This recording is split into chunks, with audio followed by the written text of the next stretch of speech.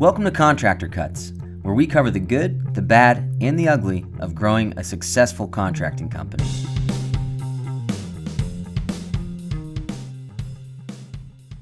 Welcome to Contractor Cuts. My name is Clark Turner. Thank you for joining us again. So this week we are doing another Coaching Cuts episode where we're going to be covering onboarding vendors, whether it's subcontractors or vendors or different companies. We're going to define them and then talk about how to start the relationship, how to bring them into your ecosystem to be able to grow your company, have these partnerships with these other subcontractors and vendors to where you're helping them grow and at the same time helping your company organize and be able to grow what you're doing. So today we're specifically focusing on how to onboard them, how to bring them in, how to have the conversations, what do we need to get from them, what information should we gather.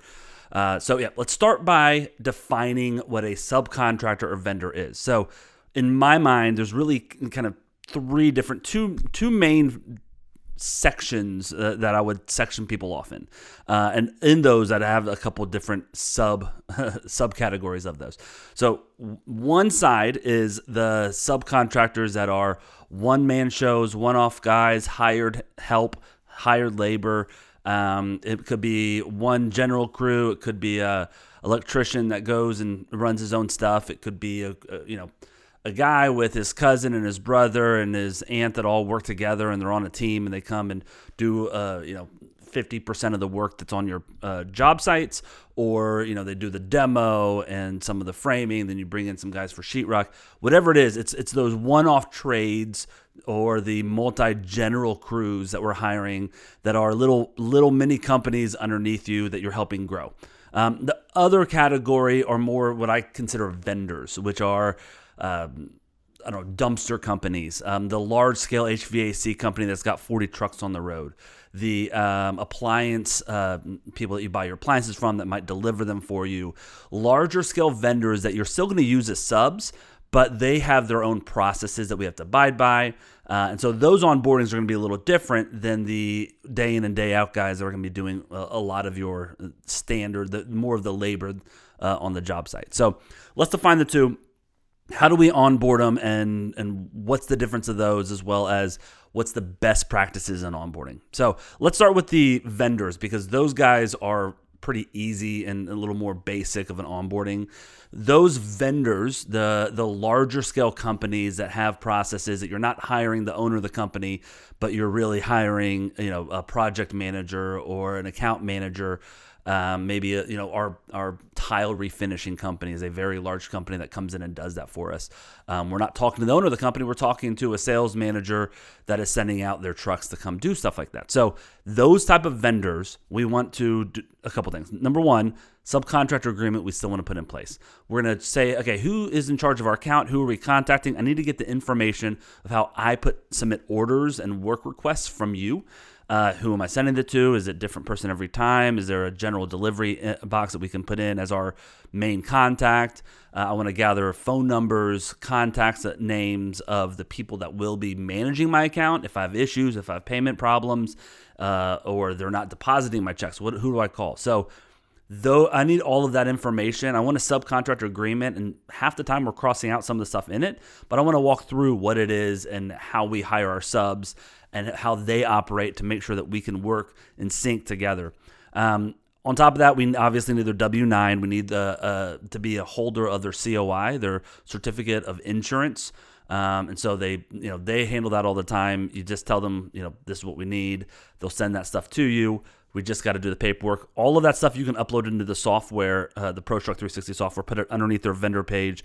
You can attach documents. You can put in your insurance documents under a vendor, put an expiration date to where you get reminders and they get reminders that you need a New Year's COI from them.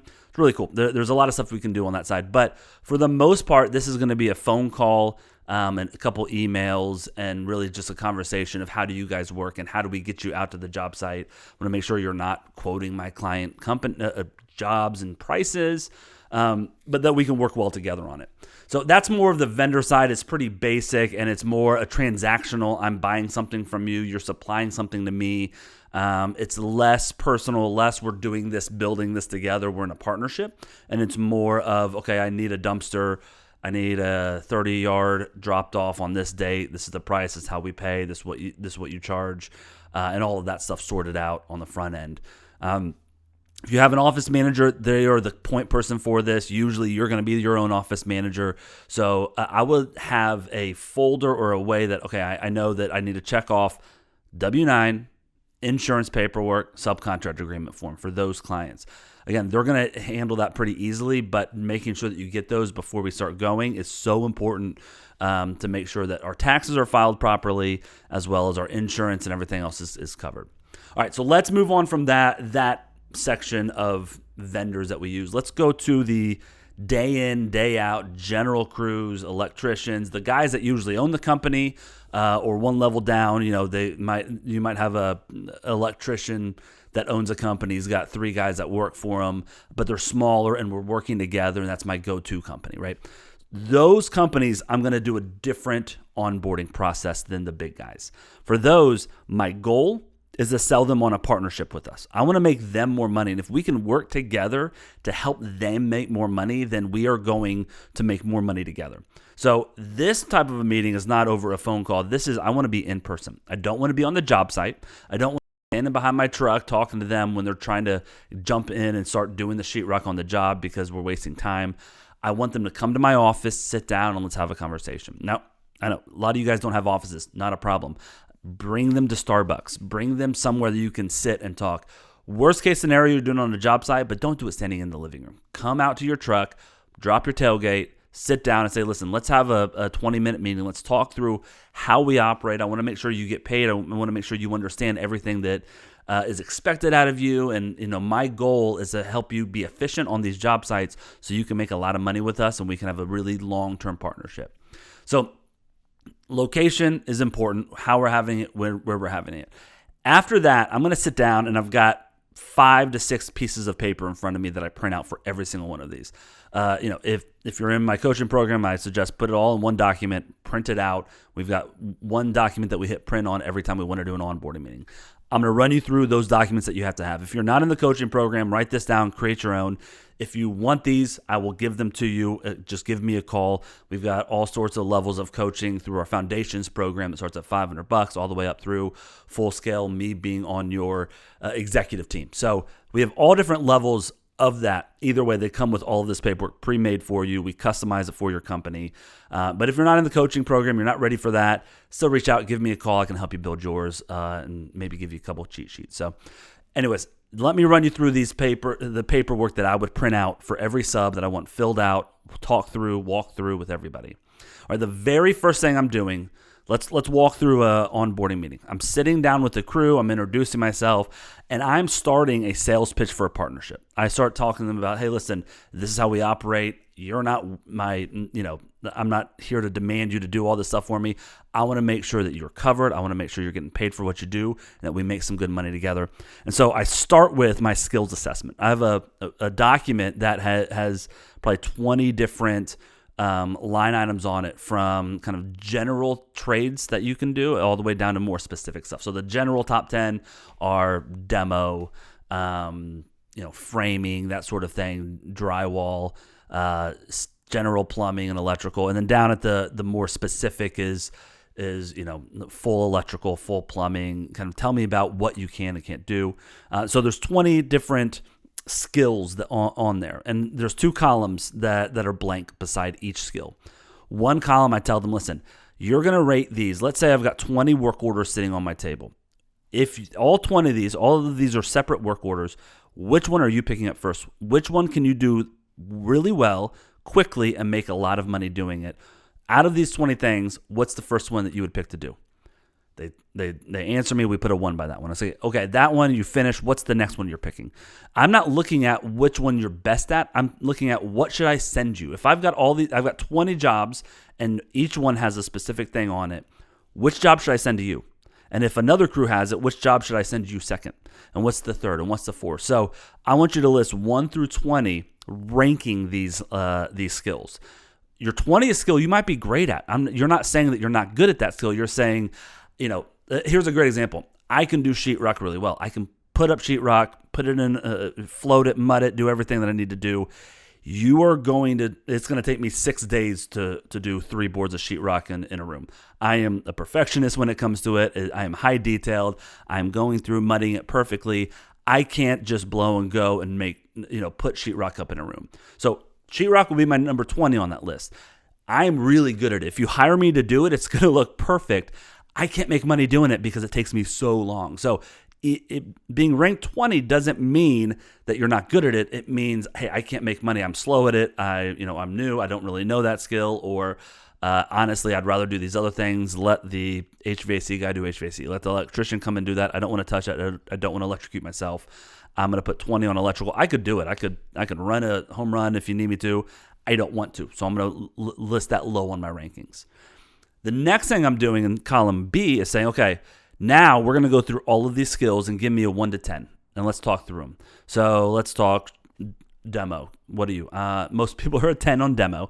I can do demo, but it might be ranked low. They don't want to do it. That's, I'm highly skilled. I don't want to do demo. That's a waste of my time. You can't pay me enough for it to be valuable enough for me to do demo for you. Great. Let's have that conversation. I'm still going to put you at a 10 on that one. But it's ranked as your 18th, 19th, or 20th line item. Next one down. Let's keep going through. And so I want to get 1 through 10. If someone puts a 10 on sheetrock and they do a terrible job of installing drywall in my property, I'm going to say, hey, if that's your level of 10 finish, you're not going to do any other work here, because if that's what you think it's a 10. So I tell the guys that too in the meeting. I say, if you are not a 10 at something, it's okay. It doesn't mean you're not getting it. If you rank yourself a 7 on sheetrock and I walk in and it's a 7 out of 10 job, that's what you told me it was. And that's what I should expect out of you. That's okay. That's the level of expectation you're setting for me. And when I give you a work order for it, maybe it's an investor property and I want to pay a little less. You're fine with doing it and we can get it in and out, and a 7 out of 10 is fine. Perfect. We're good. You're going to do that work. So we're going to talk through all of these, and they're going to rank them 1 to 10. If they're terrible at something, put a 1 by it. I'm not going to have you do it. All this to say is we want a full skills assessment. This is probably the longest part of the onboarding, because this isn't just going through 20 line items. This is sitting down and talking through what they're good at and what they're bad at. They start war stories. They start, well, I did this and this one guy and this client. That's what you want. You want to have that conversation where we're talking, we're interacting. I'm pulling information out of them to understand, hey, this guy gets it. Or the way he's talking is, I don't think I want him to be my crew. He's talking about how he cussed out this client and that he wasn't, he was great at this, but nobody thinks he can do it well. Like all of those conversations, I'm looking for red flags or green flags. Hey, this is a crew I want to work with. Okay, I won't assign them any plumbing because he's terrible at that, and that's fine. He said that. That's good to know. Put that in my brain. It's on his assessment. I'll put it in his folder. All that being said, though, I now know who I should and shouldn't do for the work, as well as like assign work orders for, as well as I'm getting a full picture of talking about their skill, their trades, right? I had a guy talk, he's a carpenter, and this was, the skill assessment was good because he wanted to do more than just carpentry. He kind of wanted to do a handful of stuff for us. But when he starts talking about the type of cuts he does and how he requires a certain level of wood, he's not going to Home Depot to buy any sort of wood from there because nothing's straight. Like when he gets in that level of detail, I'm like, okay, high end, a little more pricey, which I'm okay with because I'm going to use them on my high end projects, right? So these conversations really help you start identifying what you need to know about the person just by having conversations about this skills assessment. So skills assessment page, very important. Like I said, we've got a copy of it if you need it, but absolutely use it when you're onboarding a sub. Next piece of paper that I pull out, it's called our job timeline. It is the way that I describe to a sub how we price, what their job is, and what my job is. On this job timeline, what we do is we lay out and say, okay, listen, here's a normal job. You do estimates, we do marketing, we find the client, we do estimates, we revise the estimates, we pick out materials, we line up the crews, we get everything set and ready, we get them out of the space. Then we bring in labor. Labor gets done. During the labor, there's some change orders. There is some dealing with inspectors potentially. The work finishes. We now have to do final walkthroughs. We do sending invoices, collections, getting the money. All of that stuff is what has to happen on the job and what the client's paying for. And so I just draw it out on the timeline, and you've got in blue all of the things that need to happen, and in red the labor. And so I say to the crew, I say, listen, this job, let's say it's a $4,000 paint job. On this $4,000 paint job, this labor part that's red is what I'm paying you for. I'm paying you $3,000 of the $4,000 for this. All of the stuff in blue is what you're paying me for. Everything that I'm doing in the blue, finding, estimating, all of this, picking materials out, meeting, all of that stuff, you're paying me $1,000 for. So we, as partners, are doing this paint job for $4,000. You're getting $3,000 for the labor. I'm getting $1,000 for doing all of this work. So when I send you a work order and you show up on the job site and I say, hey, here's a $3,000 paint job, and you look around and say, I'd probably charge $4,000 for it. I say, yeah, we are charging $4,000. You're right. We are charging $4,000. You're paying me to do all this other stuff. You're not having to go home, shower, go out, do an estimate at 8 p.m. at night, get to work the next day. You aren't having to do everything. If you are really good at doing labor, getting it done well, getting it done quickly, efficiently, with a high quality, you're going to make some good money with us. If you like to talk with the customer, if you like to do the front end stuff, pick out materials, the design thought, all of that stuff that we do, if you enjoy that, don't be a sub for us. This is not a good partnership for you because you're not getting paid to do that stuff. You're paying us to do that stuff. That's our cut of the pie. And so we lay that out on this time frame and show them, listen, if I can line you up so you're doing labor, backed up to labor, in the same amount of time that you're doing all of the contracting stuff with dealing with the client, dealing with all the stuff I listed, you're going to make more money back to back labor, and I'm going to make more money back to back dealing with the customers, as opposed to me going and selling a job, then going out and doing the work, then coming and trying to do an estimate. It is more efficient. It is assembly line style to where I'm doing this, and then I pass it to you. You do the labor, pass it back to me, and we get the job done. So I'm trying to set this up as a partnership, which it is. This isn't a lie. This isn't a line. This is me saying we're partners in this. This is your piece of the pie. This is my piece of the pie, and this is how the pricing works. I'm setting the tone for why they're getting pricing. They're not just going out and bidding jobs for me, and how we operate, and what they should expect price wise, as well as who's doing what on our job sites.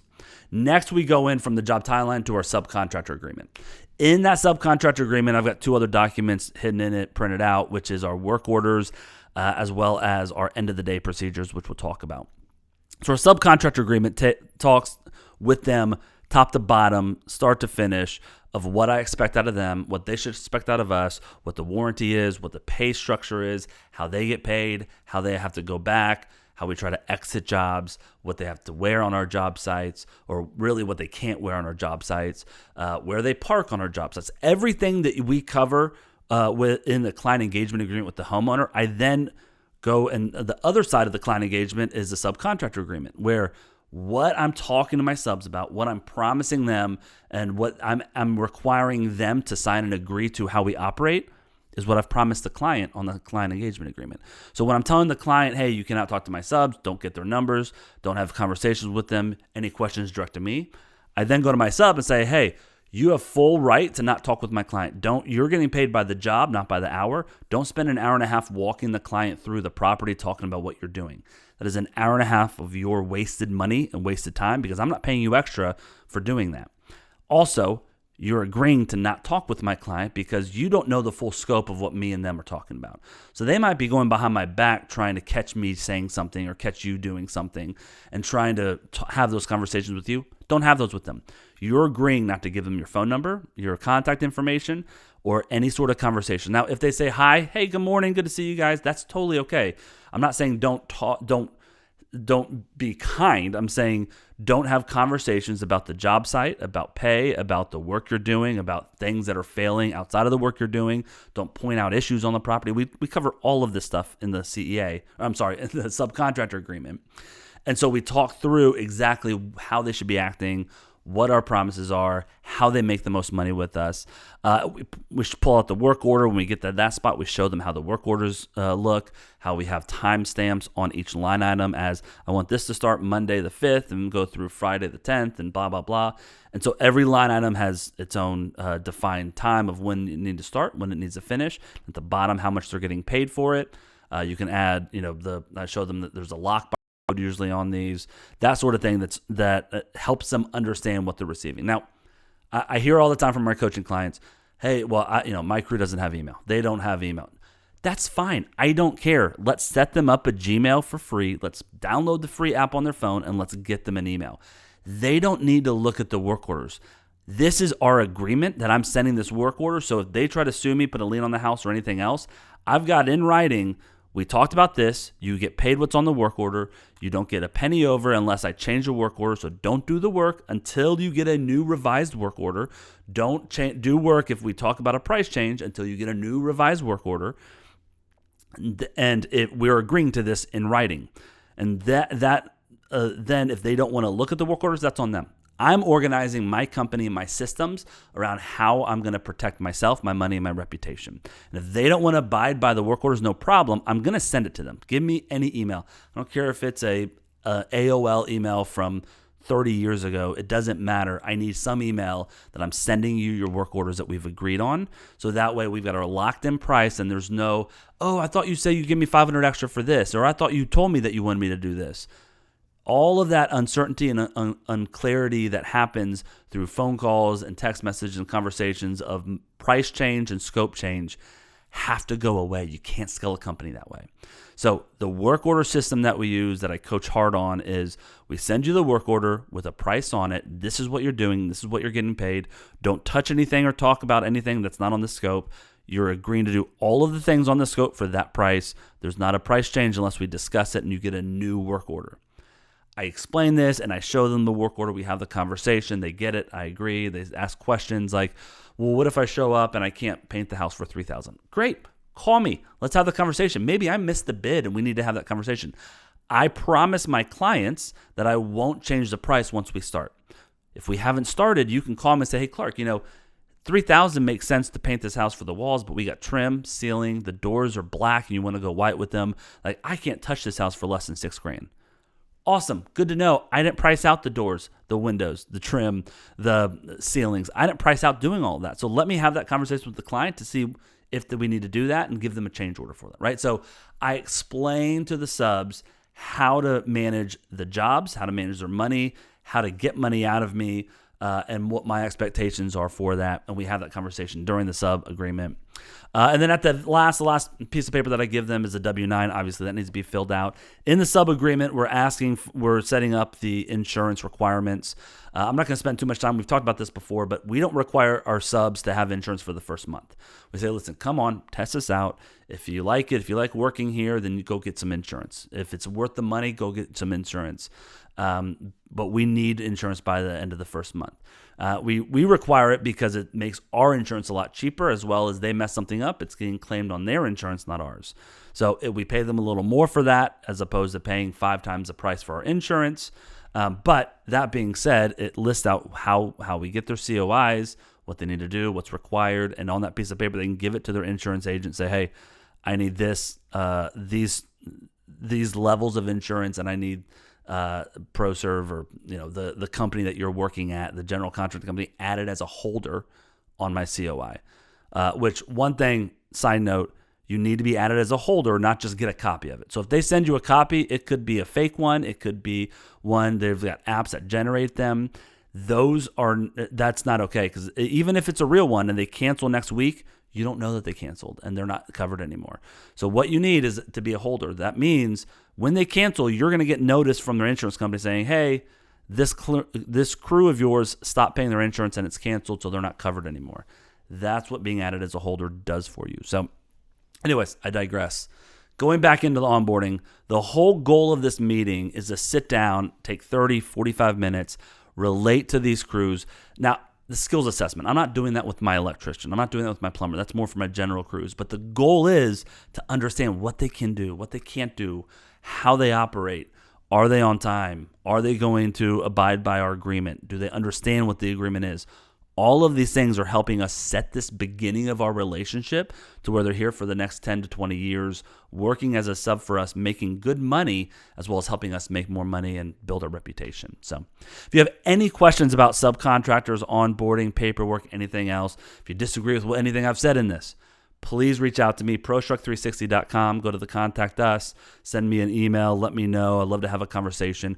Also, I know it's 5 months away, but we are starting to prep for our planning retreat in January. If you are interested in coming on it, please reach out. I'd love to have a phone call with you. Also, we are giving away 3 free coaching sessions for anyone that is coming on the retreat if you sign up for early bird, because what we're going to want to do is help close out this year strong and then be prepped. So when you come on the retreat in January, you are going to launch into 2026. That's the goal of this. Why we do these retreats is we look at what happened last year, what went wrong, what went well, and then we plan out the next 12 months. If that is something that you need to do, please come on this retreat with us. We'd love to see you there. Again, go to prostruct360.com. You can go to contractorcuts.com, get more information and set up a phone call with me to hear more about it, as well as, I want to hear about your company, make sure it's a good fit for you. And if you want to come, we'll get you signed up. All right, thanks so much, and we'll see you guys next week.